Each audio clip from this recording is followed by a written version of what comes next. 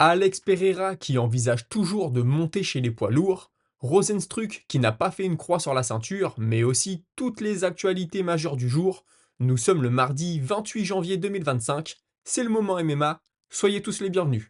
Man, how the hell you doing? I've been just fine living life with the noose and in my mind, all I hear is music. Watching your mouth move, damn you look stupid. I feel like everyone's a stranger. Small talk with your narcissist. Et honneur à Poatan Alex Pereira, le champion des moins de 93 kilos. Il a tenu à démentir cette rumeur qu'il l'envoyait combattre il y a quelque temps Alexander Volkov. Il n'y a jamais rien eu entre les deux hommes, il n'y a jamais eu d'offre, il n'y a même pas eu de discussion. C'est une rumeur qui est sortie de nulle part. Et d'ailleurs, il affirme qu'à ce jour, l'UFC ne lui a jamais fait de réelle offre pour aller combattre dans la catégorie supérieure. Il a aussi réaffirmé que c'est lui qui a demandé à affronter Magomed Ankalaev. Concernant le combat, il ne sait pas si le Russe va venir avec l'intention de lutter ou de rester debout. Tout ce qu'il peut dire aujourd'hui, c'est que lui sera prêt le jour du combat, peu importe ce qui va se passer. On en avait déjà parlé ici, mais suite à sa dernière apparition, il avait pour ambition de prendre une pause et de ne revenir qu'au mois de mai. Il avait quelques blessures à soigner, on en avait parlé. Finalement, il a repris l'entraînement, il a eu de bonnes sensations. Il a donc contacté son agent et lui a demandé de lui prévoir un combat le plus rapidement possible. Il est donc de retour au mois de mars. On a demandé à son coach qui était présent lors de l'interview qu'est-ce qu'il en pensait, lui, de cette suractivité quasiment de son combattant. Il est d'accord avec ça. D'après lui, Poatan a 37 ans, il est à son prime, il a été habitué toute sa carrière à être très actif en kickboxing, et puis surtout, ça lui permet de rester concentré sur sa carrière. Et dans cette catégorie, toujours d'après son coach, il pourrait combattre tous les mois, tant la perte de poids est simple. Le journaliste lui fait remarquer à Pereira qu'il lui resterait peut-être potentiellement deux accomplissements dans sa carrière, à savoir combattre chez lui au Brésil et puis aller combattre dans la catégorie reine, les poids lourds. Poatan est d'accord avec ça. S'il monte chez les poids lourds, c'est pour affronter le champion. Actuellement, c'est John Jones. Si ça avait été Thomas Pinal ou quelqu'un d'autre, il aurait été prêt à prendre cette personne-là. Il aimerait combattre 3 fois en 2025. Peu importe les adversaires, il le dit. Quand j'ai affronté Rountree, il était classé 7 ou 8, ça ne m'a pas dérangé. L'UFC met un adversaire en face de moi et je l'affronte, ça ne lui pose aucun problème. Et on lui a posé la question en or forcément, entre un combat contre John Jones qui est champion des poids lourds et une trilogie en MMA contre Israel Adesanya, quel combat choisirais-tu? Il a été très clair, il prendrait le combat contre John Jones parce que Jones à l'heure actuelle est champion et pas Adesanya, et puis parce que c'est un nouveau défi aussi, il commence à très bien connaître Adesanya entre le kickboxing et le MMA. On peut comprendre que John Jones, ce soit du sang frais pour lui en tout cas, et que ça le motive certainement un peu plus. Direction la Nouvelle-Zélande maintenant avec Dan Hooker, qui a commencé par évoquer son futur adversaire, Justin Gaethje. Il estime qu'il n'y a pas grand-chose à tirer du combat de ce dernier face à Max Holloway. D'après lui, le coup de pierre tourné a changé toute la physionomie du combat. Forcément, Gaethje avait le nez cassé, il ne pouvait plus respirer.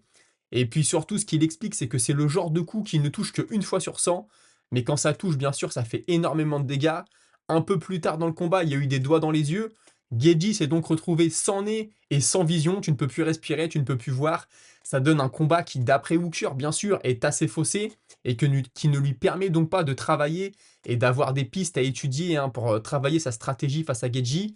Il ne sait pas non plus si l'Américain va être affecté par ce très gros chaos. C'est quelque chose que lui ne maîtrise pas. Est-ce que mentalement Gaethje va être là? Est-ce que son menton sera toujours là? Lui, il n'a pas la main là-dessus, pardon. C'est ce qu'il explique. Et donc, il se prépare pour affronter la meilleure version de Justin Gaethje. Et si jamais ça n'est pas le cas, ce ne sera qu'une bonne surprise. Le combat, je l'ai appris, il va avoir lieu en 5 rounds. En plaisantant, Dan Hooker dit: j'ai l'impression qu'ils veulent que l'un de nous deux meure ici. Par contre, le point positif, c'est qu'il va faire plus d'argent, bien sûr. Ça, j'en ai déjà parlé la semaine dernière ou il y a 15 jours. Dan Hooker va devenir père très prochainement, très peu de temps avant le combat. Ça avait déjà été le cas à l'époque quand il avait affronté Edson Barbosa. Il s'était fait détruire dans le combat. Il est revenu là-dessus, il explique qu'à l'époque, il n'avait rien préparé, il avait seulement la tête à la naissance de son bébé, il s'était assez mal préparé pour ce combat-là. Là, ça va être totalement différent. Il arrive à différencier la vie professionnelle de sa vie privée. Et puis, il y a un facteur aussi déterminant, c'est qu'aujourd'hui, il a plus de moyens, il a plus d'argent, il peut être aidé. Il le dit, je peux payer une nourrice qui vient garder le nourrisson la nuit, qui vient aider ma femme, et moi, je peux dormir. Je peux aussi payer des femmes de ménage pour venir nous aider. Donc, les choses sont différentes. J'ai appris de mon erreur face à Barbossa, et ça ne sera pas la même chose cette fois-ci. Un mot quand même de l'événement du week-end, hein, l'UFC en Arabie Saoudite. Rozenstruik va affronter Pavlovich. Il faut savoir que les deux se sont beaucoup entraînés ensemble par le passé. Ça fait environ 1 an que ce n'est plus le cas. Forcément, Rozenstruik n'avait pas vraiment envie d'affronter le Russe, sauf s'il n'avait pas le choix. Et actuellement, sportivement, dans la catégorie, ça fait énormément de sens d'après lui. Il est Rozenstruik sur 2 victoires de suite. Et il a forcément pour objectif, hein, de continuer à grimper dans les classements. On peut le comprendre. D'après lui, dans ce combat, Pavlovich a l'avantage de la puissance, mais lui pense être le combattant le plus malin et réussir à s'en sortir grâce à ça. Il ne se considère pas, ce qui peut être assez surprenant pour certains, comme un gros frappeur. D'après lui, sa plus grosse force, c'est surtout sa vitesse et c'est ce qui surprend ses adversaires à chaque fois. Et on le dit souvent, la puissance vient avec la vitesse. Il y a forcément un lien entre les deux. S'il passe Pavlovich, il pense qu'il devra encore engranger une autre victoire pour enfin être dans la discussion pour le titre. Et il sait qu'il est énormément attendu sur sa lutte. Il s'est amélioré là-dessus, hein. Lui, à la base, c'est un kickboxer. Et en plus de la pratique, en plus de s'améliorer dans les techniques, etc., d'après lui, ce qui fait la différence, c'est que maintenant, il comprend de plus en plus ce domaine, ce qui lui permet d'aborder les combats d'une manière différente. Et puis là, on sort de l'aspect combat, de l'aspect stratégie. J'ai appris que depuis 5 mois, il a créé un food truck. Il propose des barbecues dans la plus pure tradition du Suriname. Et apparemment, ça marche très fort pour lui en Floride. Donc il est peut-être déjà en train de se préparer sa porte de sortie, l'après-carrière. Et on ne peut que saluer ça, hein, c'est toujours assez malin de la part d'un combattant. Vous le savez, l'UFC 312 va avoir lieu en Australie au mois de février. Main event, Dricus du Plessis qui défendra sa ceinture face à Sean Strickland. Et co-main event, la championne Weili Zhang qui affrontera Tatiana Suarez. Il semblerait que pour cet événement, l'UFC n'ait pas prévu de plan B, n'est pas prévu de backup fighter. Espérons donc que rien n'arrive à un de ces 4 combattants. Ça pourrait sinon être très problématique. Bonical aimerait être de la partie à l'UFC 314 à Miami en avril. Il a aussi affirmé que le main event serait déjà décidé et que ce serait Ilia Topuria contre Alexander Volkanovski. Je rappelle que pour l'instant, rien n'a été officialisé. Cette carte à Miami, on pensait aussi que ce serait les adieux de Dustin Poirier. Lui a tweeté, ce ne sera pas le cas, il ne sera pas de la partie, pardon, mais quelque chose de très gros se dessine pour lui et on devrait avoir des nouvelles très prochainement. Leon Edwards a perdu sa ceinture face à Bilal Mohamed, hein, l'année dernière. On le sait, le frère d'Edwards, Fabian, est revenu sur la performance de ce dernier. Il estime que le fait que le combat ait eu lieu en pleine nuit a énormément affecté son frère et que même si ça peut sonner comme une excuse, c'est réellement le cas. Et il le dit, hein, quand on y pense, certaines personnes n'ont même pas réussi à rester éveillées pour voir le combat.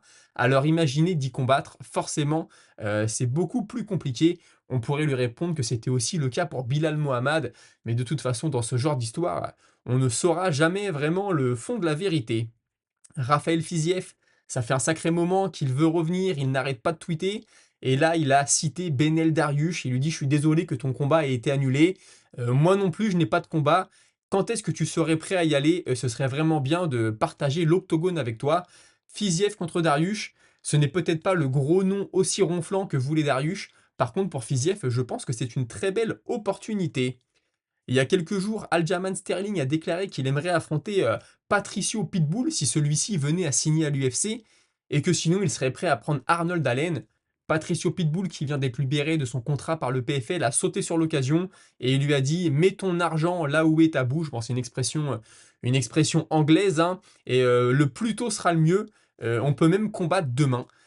Patricio Pitbull contre Aljamain Sterling, ça ferait des super débuts pour Pitbull et ça ferait un gros combat pour Sterling, donc pourquoi pas voir ça très prochainement.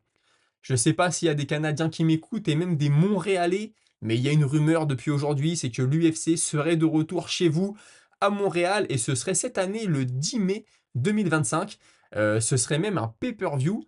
Franchement, je vous le souhaite, hein. On sait que la scène canadienne et surtout la scène québécoise, depuis le départ de Georges Saint-Pierre, elle cherche la relève. On a eu beaucoup de noms qui sont passés. Forcément, quelqu'un comme Georges Saint-Pierre Peut-être qu'il n'y en aura jamais d'autres, ça ne se remplace pas aussi facilement. Mais en tout cas, avoir un événement chez vous, je pense que ça vous ravira. Je vous parlais de Alex Pereira un peu plus tôt dans l'émission. Sachez que Magomed Ankalaev a réagi à ces propos en déclarant que c'est faux. Il y a quelques mois, Pereira avait tweeté qu'il n'affronterait pas Ankalaev et que c'est vraiment l'UFC qui l'a forcé à accepter ce combat. Personnellement, je ne sais pas quelle est la vérité là-dedans. J'ai plutôt tendance à croire Pereira, hein, qui ne fuit jamais devant le défi. Maintenant, Magomed Ankalaev, c'est vrai qu'il est très insistant. On a envie de lui dire maintenant que le combat est signé, pourquoi est-ce que tu as besoin d'insister autant?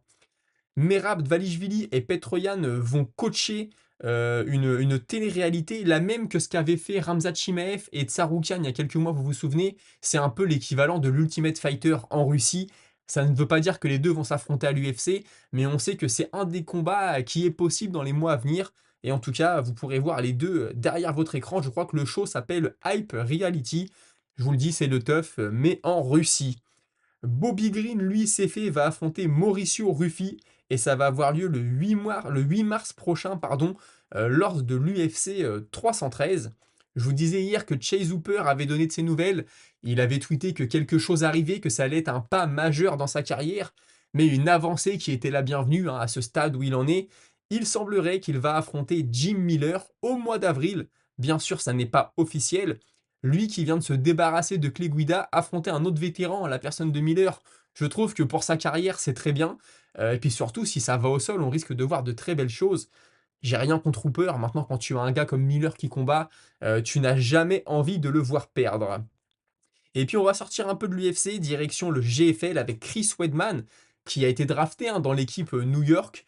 Lui, il explique qu'il pensait que c'était fini, qu'il ne combattrait plus, qu'après voilà, il aurait fait peut-être qu'il avait quelques opportunités en dehors de l'UFC, mais qu'il fallait que ce soit de belles opportunités. Et puis quand le GFL s'est présenté avec ce nombre de combattants, il dit qu'en fait ce qui l'a intéressé surtout, c'est qu'il y a des combattants avec lesquels il a une histoire. Il cite notamment Rockhold, mais aussi Gerard Moussazi et Uriah Hall. Donc ce sont des combats qui pour lui font du sens. Je pense que le chèque doit être bon aussi. Et c'est ce qui l'a motivé, d'après lui, à signer au GFL. Pour ce qui est de l'actualité, aujourd'hui, on a fait le tour, mais ne quittez pas parce que tout de suite, on passe à votre moment avec la Minute Auditeur. Et on commence cette minute auditeur avec Shirai qui me dit: que penses-tu de la team Fighting Nerds et lequel pour toi a le plus de chances de finir champion un jour? Sinon, merci pour tes vidéos. Et ben écoute, moi, la team Fighting Nerds, j'aime beaucoup ce qu'ils amènent. Dans l'octogone, déjà, j'aime bien. Puis autour, voilà, ils ont réussi à créer, c'est même pas un personnage, hein, c'est toute une équipe. Donc tant mieux pour eux si ça peut leur permettre de se vendre. Bah maintenant, je trouve qu'actuellement, Borayo, c'est celui qu'on a peut-être le plus vu, celui sur lequel on a eu le plus de réponses à nos questions, même si on a encore envie d'en voir plus. Donc pour l'instant, je te citerai Borayo. Maintenant, il y en a sûrement d'autres qui peuvent aussi nous surprendre. On a Prates. Prates devenir champion, franchement, j'y crois un petit peu moins, mais je peux me tromper. Par contre, Prates, c'est sûr, il peut nous offrir des guerres, et je ne serai pas contre ça. Et ensuite, le commentaire de Jim qui revient sur le combat de Naoya Inoue le week-end dernier. Vous le savez, moi je suis pas un expert de la boxe anglaise, donc je vais vous lire son commentaire, vous allez en apprendre plus. Inoue, encore un combat monstrueux, c'est pas son meilleur, mais c'est parce qu'il n'y avait vraiment pas le niveau en face, avec tout le respect pour le coréen et ses énormes couilles, car il en faut pour prendre Inoue en short notice, et il en faut encore plus pour avoir le culot de lui dire de frapper. C'est vrai qu'à un moment, Kim a un petit peu invectivé Inoue en lui disant: allez, viens, viens. Bon, ça n'a pas duré longtemps après. Après, depuis Donner, il n'y a jamais eu un adversaire vraiment au niveau, faut le dire. Son KO, c'est un gauche-droite au visage, le fondamental, exécuté à la perfection. Regardez la précision de la frappe, la gestion de la distance, les mouvements de jambes, je suis d'accord avec toi, c'était magnifique.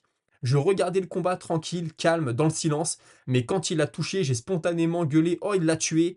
Je savais qu'il n'y avait pas besoin de compter. Je rappelle que son adversaire est tombé, il s'est pas relevé. Il n'y a même pas eu de knockdown dans ce combat, ça a été un knockout direct. Et tu me dis, de toute façon, vous voulez faire quoi face à un mec de 55 kilos qui arrive à mettre des KO à travers la garde? Il a un meilleur ratio de KO que Foreman, Wilder et Marciano. Si on ramène la force de frappe au poids, c'est sûrement le cogneur le plus puissant au monde. J'ai trouvé que c'était une belle description de Naoya Inoue et je vous invite tous, même si vous n'aimez pas forcément la boxe anglaise, à aller voir ses combats.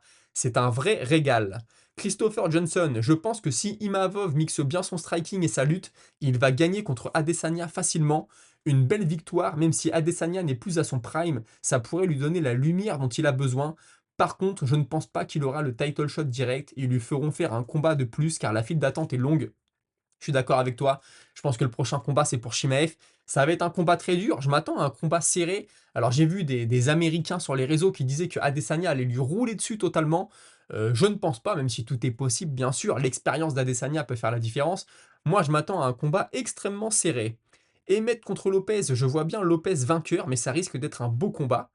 Ouais, moi aussi j'ai Lopez. Pour moi, Lopez est plus complet qu'Emmett. Maintenant, Emmett, il frappe tellement fort que tout est possible. Et tu me dis, le GFL, c'est la foire à la saucisse. Bah, c'est vrai que c'est beaucoup les anciens de l'UFC. Et hier, il y a un journaliste qui disait, t'as l'impression d'être à l'UFC dans les années 2010. Et il avait entièrement raison. Et tu conclus avec le One a régalé ce samedi. Une carte magnifique, comme tous les combats. Sexan a fait une super performance alors qu'il sort d'un grave accident de la route. Il y a même pas un mois. Ça, j'ai entendu les commentateurs en parler. Ce mec-là a été impressionnant. Tawan Chai a éclaté super bon, c'était ouf.